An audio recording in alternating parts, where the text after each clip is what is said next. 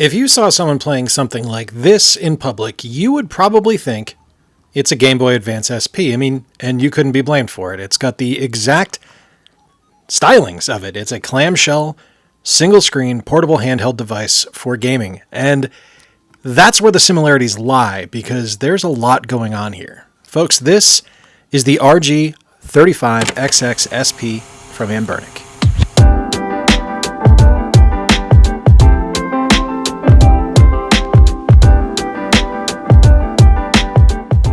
So what makes the RG35XXSP special? I think the main thing is that form factor, the design. Because the SP, which is what I'm going to call it from here on out because the RG35XXSP is a bit of a mouthful, the design of the SP is timeless. It's something that was a hit when it first debuted from Nintendo, and now that Anbernic has, let's call it, co-opted the design, we're getting something a little bit different. So let's talk about specs on the SP real quick. You can get it in silver, gray, black transparent, or blue transparent. Obviously, I've got the blue transparent here. You got a 3.5-inch IPS full viewing screen, which is really nice. An H700 quad-core ARM Cortex A53 with 1.5 gigahertz frequency CPU. A dual-core Mali G31 MP2 GPU. And 1 gigabyte of LPDDR4 RAM. Comes on board with 64 gigabytes of storage. That's by micro SD card, and you can also expand it out. There is a second SD card slot. It does have Wi-Fi, it runs on Linux, and yeah, it's a very, very understandable standard Anbernic emulator. On the machine itself, you have an A, B, X, and Y button, a menu button, a plus control pad, a start and select button, volume, a reset, power on, and an L1, L2, R1, R2, and the system does take USB-C for power supply, and it does have a micro HDMI out, which is really nice.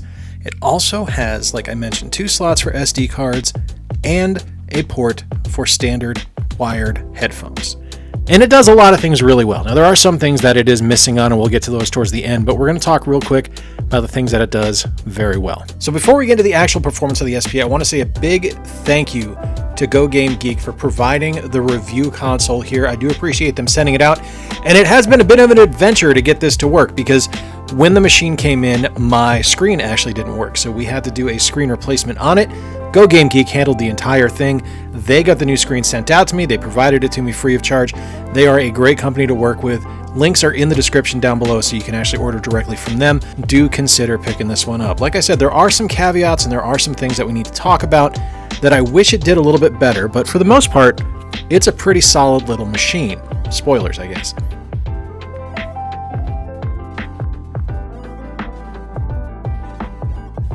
Gonna kick things off with the bread and butter for me, and that is, of course, the NES. And I mean, I've been playing the NES since 1987, roughly, so I'm pretty familiar with the console, and any of these emulation devices are going to run it well. I mean, my old 486 ran NES emulation fine. Well, not a 486, but my old computer back in 1999 ran NES emulation just fine. Anyone remember Nesticle? That was the good old days of NES emulation. But the nice thing about machines like this is that you actually get to have an entire NES library in your pocket, allowing you to play games like Panic Restaurant here. Now, Panic Restaurant is not a game I own, not a game I'll ever own, because frankly, I like being married, and I don't want to spend that money on a video game where my wife would call me an idiot, and she'd be deservedly so calling me that because it's too expensive. But it is fun to play it when it's on an emulator, and it runs great. It absolutely runs perfectly well, which you would expect. Same thing here with Little Samson, which is somehow even more expensive than Panic Restaurant, but it's not something where NES performance is going to be bad. It's just going to be good enough. It's going to be fine. So, but you're not an idiot. I'm not an idiot. I appreciate you. I still love you. I love you too. It's a solid emulator for classic retro consoles. And we're going to go through a bunch of them here so you guys can actually see how they work. But for the NES, it works great. And it does let you play some of those more expensive late print run games, including stuff on the Famicom. So if it was released basically on an NES device, whether it's in Europe, whether it's in Japan, or whether it's here in the States, you can play it and it's going to run great.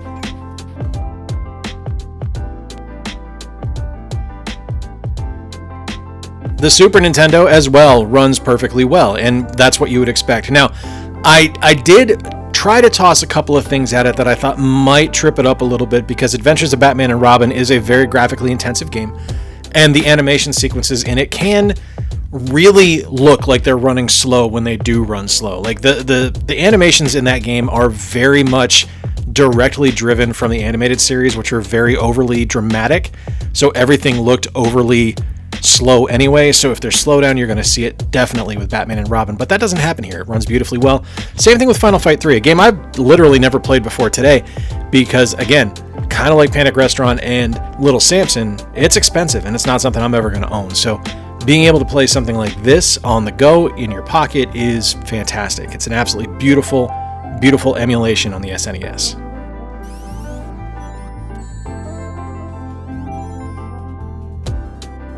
I'm going to talk about the Genesis and the 32X real quick, because both of those ran really great. You'll notice that something involving the Genesis is conspicuous by its absence here. We'll get to that towards the end. Genesis emulation was fine. I did Sonic 2 and Knuckles, which I would hope would run perfectly well. I will say on board, it's only got Sonic and Knuckles for the first one, or Sonic the Hedgehog 1 and Knuckles, which wouldn't load for me, so that's a little bit of a bummer, but Sonic 2 and Knuckles ran really well. I will say Mega Man The Wily Wars felt a little sluggish. Now, I don't know if that's just because this is a European ROM and it's just not outputting correctly for this particular device, but it did feel really, really, really slow, which I'm not expecting, or I wasn't anticipating, because the version I have that I got from Retrobit, as well as the one that is playable currently on the Switch Online service, doesn't run this slow. So that's something to consider. If you're looking to play Wily Wars, it's not running perfectly well on here, so it is a little bit sluggish. 32X, though, was perfect. I did Virtual Racing, which ran flawlessly well, and is always something that I'm curious about if it's going to run, because I've had other emulation boxes just completely shit the bed when trying to emulate Virtual Racing. It just doesn't work. But in this one, it ran beautifully, and it looks great both on the screen and in handheld mode, which is a really nice feeling.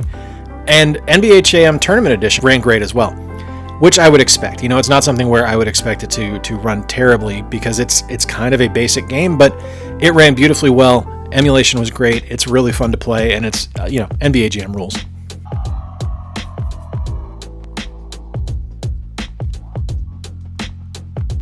Game Boy Advance emulation, as you'd expect, like you saw at the start of the video, runs flawlessly well. I tried out 3 key games for the GBA. I tried out Metroid Zero Mission, I tried out Legend of Zelda Minish Cap, and I tried out Super Mario Advance 2, and all of them ran great, which is what I'd hope for. Like, this is ideally, to me, like the only emulator I would have running on this would be handheld games. I would do stuff like the Game Gear, like the Lynx, like the GBA, the entire Game Boy family, Wonder Swan, Neo Geo Pocket. That's the stuff that I think I'm going to do with this when I get to the point where I'm customizing it, but because it is a perfect handheld system. So that's exactly kind of what I want it to be, and none of those systems ran poorly. I don't feature them heavily in this video. I look more at, the actual like desktop consoles, but handheld stuff is great, so don't sweat that at all.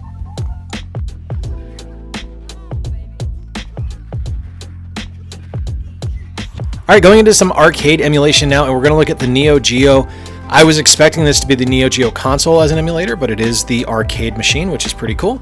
I've never played the Neo Geo release of Art of Fighting. I've only ever played it on the Genesis. So to see characters that I didn't know were in there in this game was really nice. I haven't played Art of Fighting since like 95, so sue me if I'm getting this wrong, but it's a really well-running game on the Neo Geo, which you'd kind of expect based on how powerful that machine was. And I liked being able to play King. I didn't know King started in Art of Fighting. Double Dragon ran beautifully as well. It's a terrible game, but it ran really well. And it's just super cool to have an arcade emulator like this in your pocket. It runs great. Kind of like what I was saying with the 32X, it runs beautifully not only in handheld mode, but also when it's wired into your television to be able to play it on screen. It's really nice. And it's super cool to just have a Neo Geo emulator just working perfectly.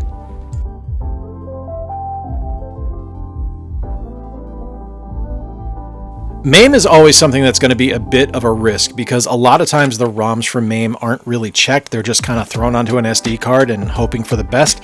I had that happen a lot when I was reviewing things like the Super Console X Pro, and that does happen here. The first thing I always try when I'm testing MAME on one of these emulation devices is X-Men. because it's probably my all-time favorite arcade game, and it just doesn't load. It kicked me out immediately, which sucks. But everything else I tried plays really well. Superman is a really kind of middling side-scrolling beat 'em up. It's not great. It's nothing to write home about, but it runs really well. Street Fighter the movie is a great fighting... Well, okay, not great. Street Fighter the movie is a fighting game, and it works. Is it great? No, not by any stretch of the imagination, but it's a nice little footnote in the history of Street Fighter, and it's... Man, I can't even say a nice thing about that it looks good, because it looks terrible too, but it exists. Digitized graphics, hooray! And was Akuma in that movie? I don't remember Akuma being in the Street Fighter movie, but let me know in the comments down below. Kung Fu Master is Kung Fu on the NES, and it is just as hard here on arcade emulation as it is on the NES. And the one that really surprised me, something I've actually never seen before, is Hook. I didn't know there was a Hook beat 'em up, and it's really fun. You can play as a bunch of different Lost Boys and Peter, or Rufio, which is super cool. And it's a really clever little game. This is something I'm going to have to spend some more time with. I love obscure arcade games like Wild West Cowboys of Moo Mesa, and Hook falls directly into that category. I kind of love it.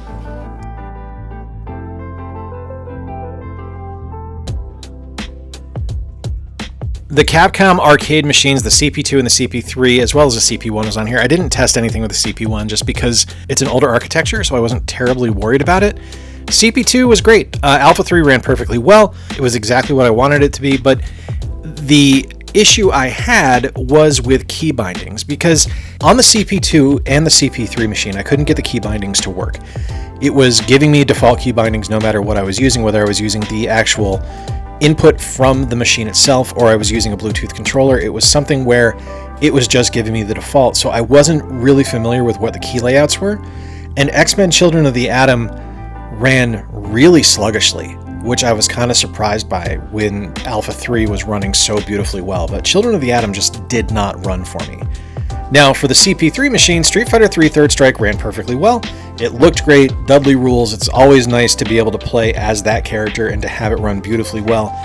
But then I got to Red Earth, and kind of like what happened with X-Men Children of the Atom, Red Earth ran really slow, at least compared to what I'm used to with the Capcom Fighting Collection on the Nintendo Switch. If it was a slow-running game in the arcades, that's kind of surprising to me because the Switch version ran so much significantly faster in that case. And again, much like what happened with the CP2, the key bindings weren't what I expected them to be, and that made it a little bit less fun. Now, that could just be that I'm not finding exactly where in the Retro Arch menu or in the actual Anbernic menu I'm supposed to go to reset the key bindings, but I think I was going to the right place and it just wasn't working for me. So buyer beware on that, but if you can get used to the default layout that the system gives you, I think you'll have fun because the arcades are running pretty well.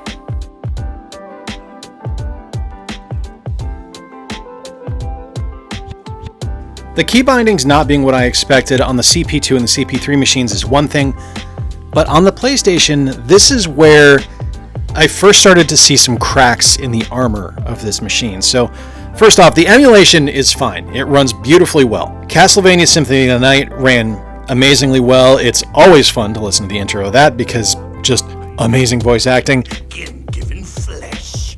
I was called here by humans who wish to pay me tribute. The gameplay is spectacular. It looks great. It's perfect. These are made to run the PlayStation. I think that's kind of understood by anyone who buys these machines. The PlayStation is going to work flawlessly on them, and it did. And Tekken ran great as well, but the first true issue with the machine is the fact that it does not have any analog sticks built in. Now, that's not an issue because you can bind a Bluetooth controller, you can attach one, you can sync it to the system, but if you don't have a Bluetooth controller with you or you just want to play handheld, there are going to be occasions where games that require an analog stick to perform moves or for controls just won't work for you. And that's a shame.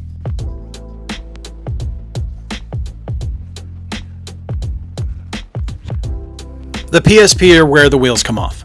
I said there were some cracks in the armor for the PlayStation, but the PSP are where the wheels come off because with no analog stick, you can't control half the games.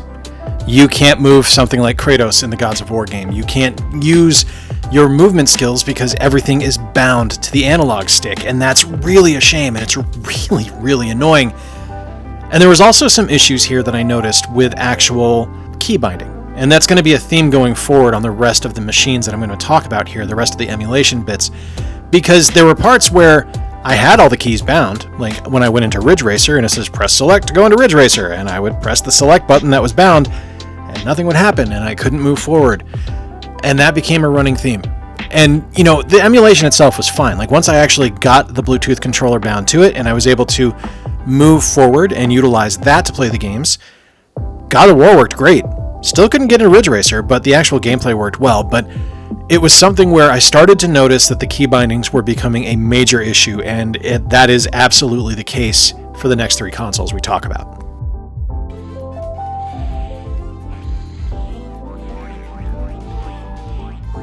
The emulation itself on the Sega Dreamcast is nearly flawless. I have had so much bad experiences trying to emulate Dreamcast software on other machines, and this one just crushes it. Like, Marvel vs. Capcom 2 is always the game I go to first. It's my favorite Dreamcast game, and there are so many cases where I've been emulating it and I've noticed background textures missing or things just flickering like mad, and that doesn't happen here. It looks perfect, and I'm so happy to say that. And Virtua Tennis, which is a game I've never played before, looks incredible as well, and it plays beautifully well. But unfortunately, the key bindings are gone. They're just completely gone. Doesn't matter what I had them set to. Doesn't matter if I was using the machine itself or I was using a Bluetooth controller. I was dead in the water. I couldn't do half of the things I needed to do. Only one face button was functioning. The start button was somehow mapped to a shoulder rather than being on the actual face of the controller. And no matter what I did in RetroArch to rebind keys, it just wouldn't work. And that was incredibly frustrating. The defaults when I first went in, when I first tested this before I was actually recording any footage, it felt fine, but I don't know. There's just something off right now trying to add a Bluetooth controller that was causing confusion, and that really sucks.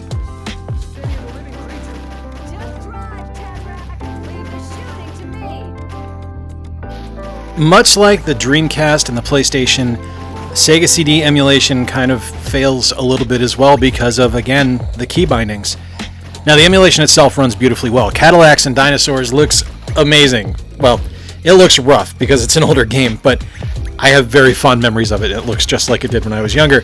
And Popful Mail looks great as well. You know, it's always awesome to see a good working designs game that emulates perfectly, but the key bindings, once again, just kind of throw everything off.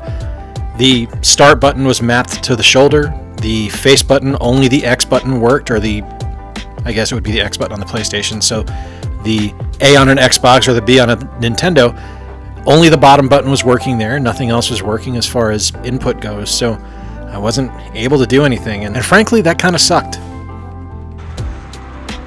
Welcome to Sunny Beach. The Nintendo 64, though, is where things really took a nosedive because it was such a mixed bag. Because not only do you have the issue with the key bindings, and I'm not going to go into huge detail on that again, because, hey, once again, the key bindings don't work, just like the Sega CD and the Dreamcast and the PlayStation. But the emulation itself was massively disappointing. Wave Race 64 ran perfectly. Looks great, plays great, sounds great. If you can figure out the way to control it, it's fine. Super Mario 64, though, Super Mario 64 is a hot mess. And I also played Conker's Bad Fur Day. I didn't get it recorded, but that was moving at like 6 frames a second. So it's a very much mixed bag for the N64, which is a shame because I was really hoping this thing was going to really crush it on the N64 emulation, and it just didn't get there.